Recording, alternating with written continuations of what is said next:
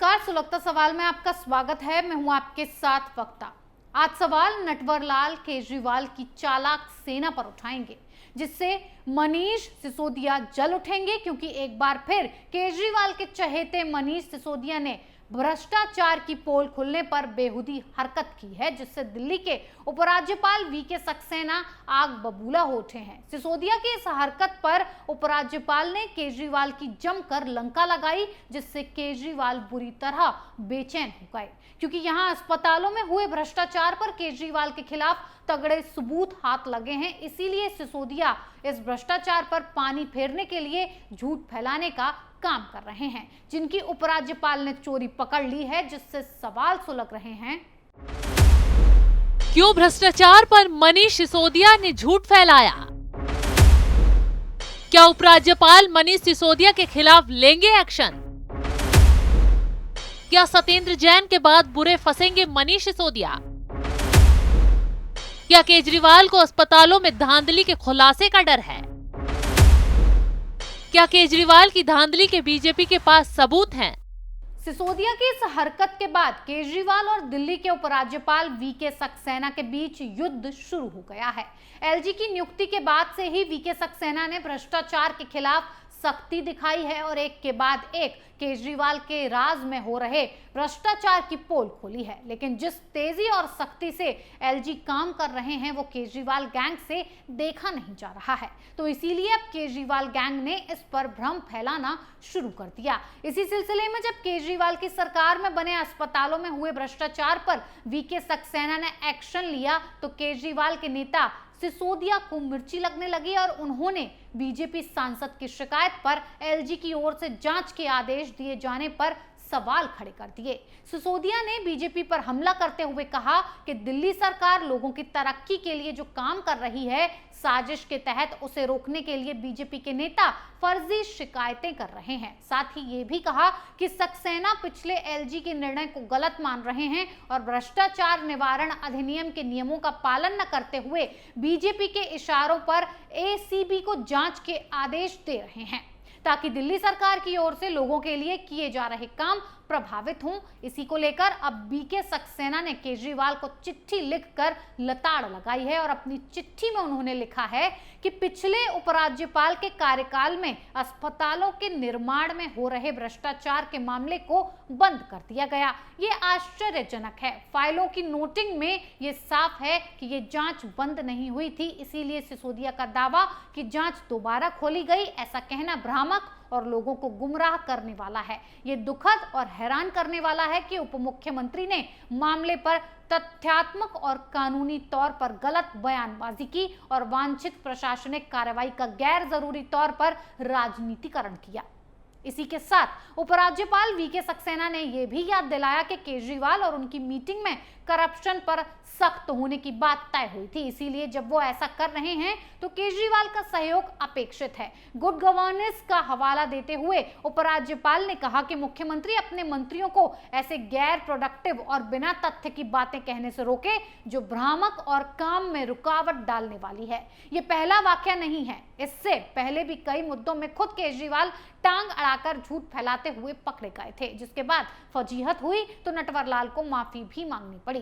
केजरीवाल हमेशा से दिल्ली का सारा नियंत्रण अपने हाथों में चाहते थे, जिससे पंजाब की तरह वह दिल्ली का भी बेड़ा गर्क करके छोड़े। लेकिन दिल्ली पूरी तरह उनके हाथों में नहीं आ रही। हमेशा से वो दिल्ली को पूर्ण राज्य बनाने की बात करते हुए छाती पीटते भी नजर आए हैं, लेकिन मोदी सरकार के आगे उनकी हर एक रणनीति फेल हो जाती है। तो अब ऐसे में जब उनके नेताओं का भ्रष्टाचार खुल रहा है, एक्शन लिया जा रहा है, तो उन्हें तकलीफ हो रही है। वैसे तो नटवरलाल सत्ता में बड़े बड़े दावे करके आया था कि भ्रष्टाचार बर्दाश्त नहीं करेंगे, भ्रष्टाचार के खिलाफ जीरो टॉलरेंस नीति अपनाएंगे। अब बारी भ्रष्टाचार पर खुलासे की आई तो खुद के नेताओं के फंसने की आई, तो केजरीवाल कार्रवाई करने के बजाय बिल में घुस गए। यानी कि केजरीवाल भ्रष्टाचार पर कार्रवाई के लिए बड़ी बड़ी बातें तो करते हैं, लेकिन एक्शन लेने का जब टाइम आता है तो उनकी हवा निकल जाती है। ना उनकी तरफ से मामले में एक्शन की कोई सिफारिश केंद्र तक पहुंचती है और ना ही इस भ्रष्टाचार को रोके जाने के लिए कोई कदम उठाए जाते हैं।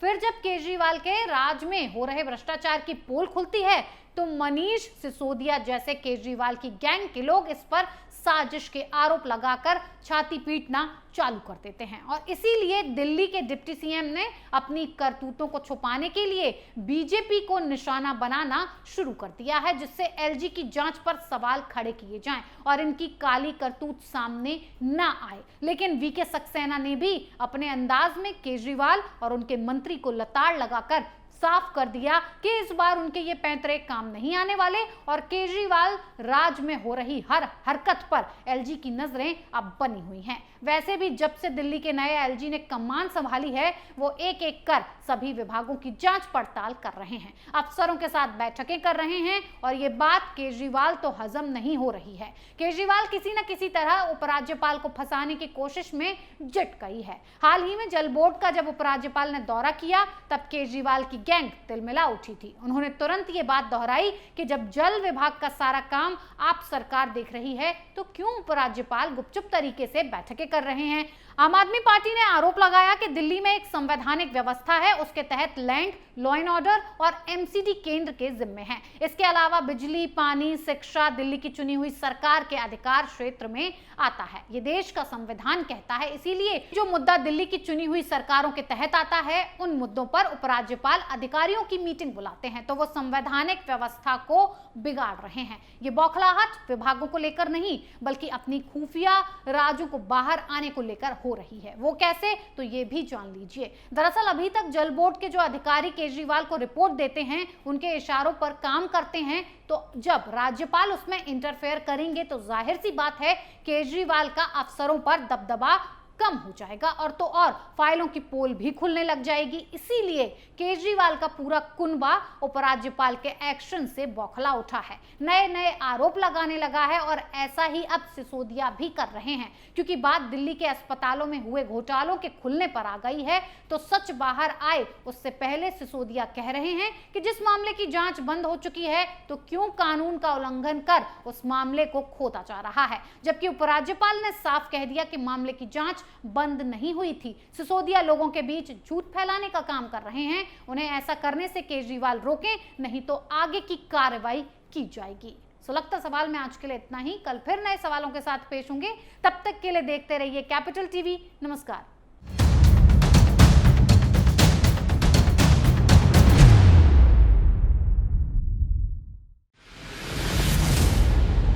मैं राजनीति करता नहीं पर राजनीति को बहुत गहरे तक समझता हूं। मैं लोगों के बीच रहता हूं, लोगों के मन को अच्छे से जानता हूं।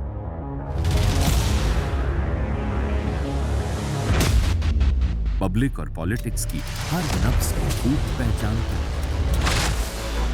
संघर्ष की सियासत से सत्ता के सिंहासन तक मैं हर खबर से खरा सच निकालता हूं।